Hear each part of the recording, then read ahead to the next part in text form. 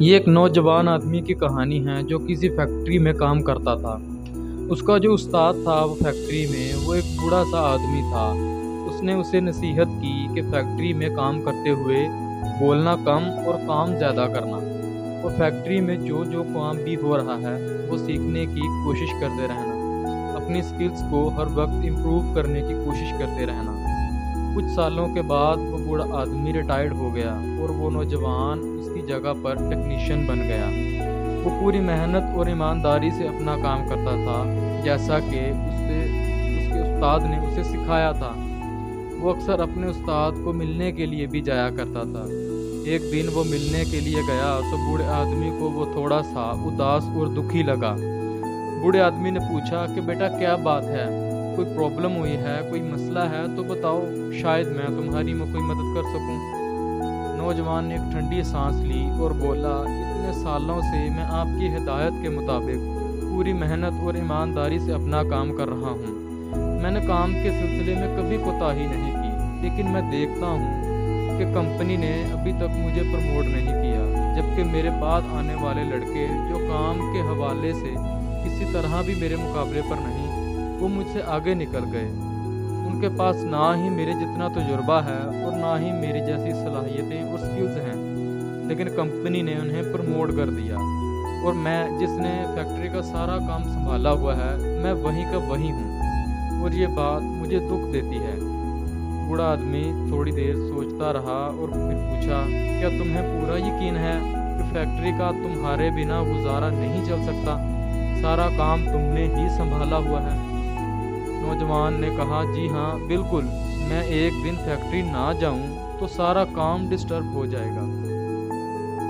بوڑھا آدمی تھوڑی دیر سوچتا رہا، پھر وہ نوجوان کی طرف مڑا اور بولا، اگر ایسا ہی ہے تو پھر ایک دن فیکٹری سے چھٹی کر لو، کوئی بھی وجہ بتا کر فیکٹری سے چھٹی لے لو، تمہیں تھوڑا سا ریسٹ کرنا چاہیے۔ نوجوان آدمی پہلے تو اس نصیحت پر تھوڑا حیران ہوا، لیکن پھر جیسے جیسے وہ سوچتا گیا اسے بات کی سمجھ آتی گئی۔ اس نے اپنے استاد کا شکریہ ادا کیا اور جلدی فیکٹری روانہ ہو گیا تاکہ چھٹی کی اپلیکیشن دے سکے۔ جب وہ چھٹی کے بعد اگلے دن فیکٹری پہنچا تو مینیجر نے فوراً اسے اپنے آفس بلایا اور بتایا کہ کل جب وہ فیکٹری نہیں آیا تھا تو فیکٹری کا کوئی کام بھی صحیح طریقے سے نہیں ہو پایا۔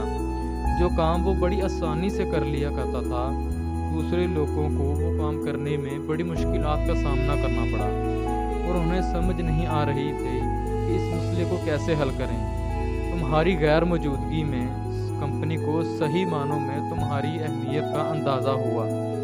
تمہاری کام کی اہمیت کو سامنے رکھتے ہوئے کمپنی نے فیصلہ کیا ہے کہ تمہیں پروموٹ کر دیا جائے، اور تمہاری تنخواہ میں بھی خاطر خواہ اضافہ کیا جاتا ہے تاکہ تمہاری حوصلہ افزائی ہو اور تم مزید محنت اور دل جمی سے کام کرتے رہو۔ وہ نوجوان دل ہی دل میں بوڑھے استاد کی عقل مندی کی داد دیتا رہا۔ اب اسے سمجھ آ گئی تھی کہ کامیابی کا راز کیا ہے۔ اس واقعے کے بعد جب کبھی اس نوجوان آدمی کو اپنی تنخواہ بڑھانی ہوتی یا اور کوئی بینیفٹ لینا ہوتا تو وہ آفس سے چھٹی لے لیتا، اور جب وہ واپس آفس آتا تو اسے اس کی مرضی کا فائدہ مل جاتا۔ کتنا ہی وقت ایسے گزرتا رہا۔ ایک دن جب وہ چھٹی کے بعد فیکٹری آیا تو گارڈ نے اسے اندر داخل ہونے سے روک دیا۔ گارڈ نے اس کے ہاتھ میں ایک لیٹر تھمایا جس پر صاف لکھا تھا کہ اسے نوکری سے نکال دیا گیا ہے۔ وہ نوجوان آدمی یہ دیکھ کر بڑا حیران ہوا۔ وہ ایک شوق کی کیفیت میں تھا۔ اسے کچھ بھی سمجھ نہیں آ رہا تھا کہ بیٹھے بٹھائے اچانک یہ سب کچھ کیسے ہو گیا۔ جب اسے کچھ بھی سمجھ نہیں آئی کہ وہ کیا کرے تو وہ اپنے بوڑھے استاد کے پاس چلا آیا۔ اس نے اپنے استاد کو ساری بات بتائی، مجھے سمجھ نہیں آ رہا کہ آخر انہوں نے مجھے نوکری سے کیوں نکال دیا، آخر کیا غلطی ہوئی مجھ سے؟ نوجوان آدمی نے پوچھا، میں نے تو بالکل ویسے ہی کیا جیسے آپ نے مجھے سکھایا تھا، تو پھر میرے ساتھ ایسا کیوں ہوا؟ تم نے ویسا بالکل نہیں کیا کیونکہ تم نے میری بات پوری سنی ہی نہیں، بوڑھے آدمی نے افسوس سے کہا۔ تم یہ بات فوراً سمجھ گئے کہ ایک بلب جو ہمیشہ ہی جلتا رہے اس کا کوئی نوٹس نہیں لیتا۔ اس اس کی موجودگی اور افادیت کا کوئی احساس نہیں کرتا۔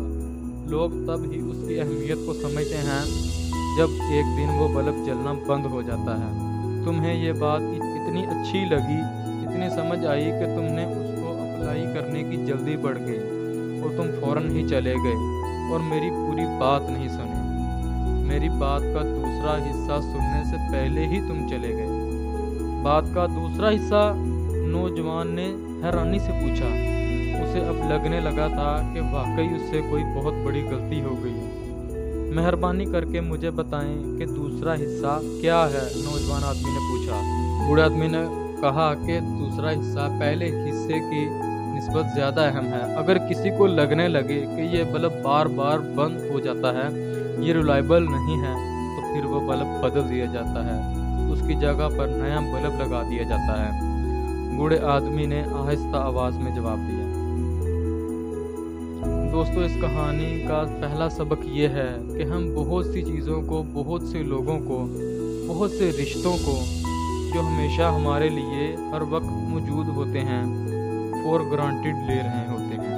اکثر ہمیں ان کے ہونے کا، ان کی اہمیت کا احساس تب ہوتا ہے جب وہ ہماری زندگی سے چلے جاتے ہیں۔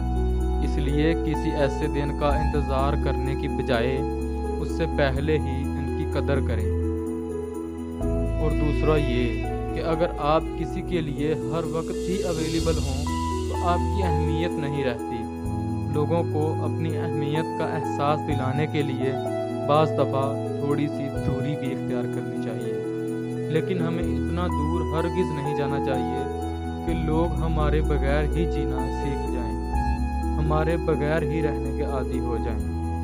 زندگی میں ہمیشہ ایک میانہ روی، ایک بیلنس بنا کر رکھنا چاہیے۔ زندگی میں ہر روز کچھ نیا کرو، نیا سیکھو، دنیا سے ڈفرنٹ بنو۔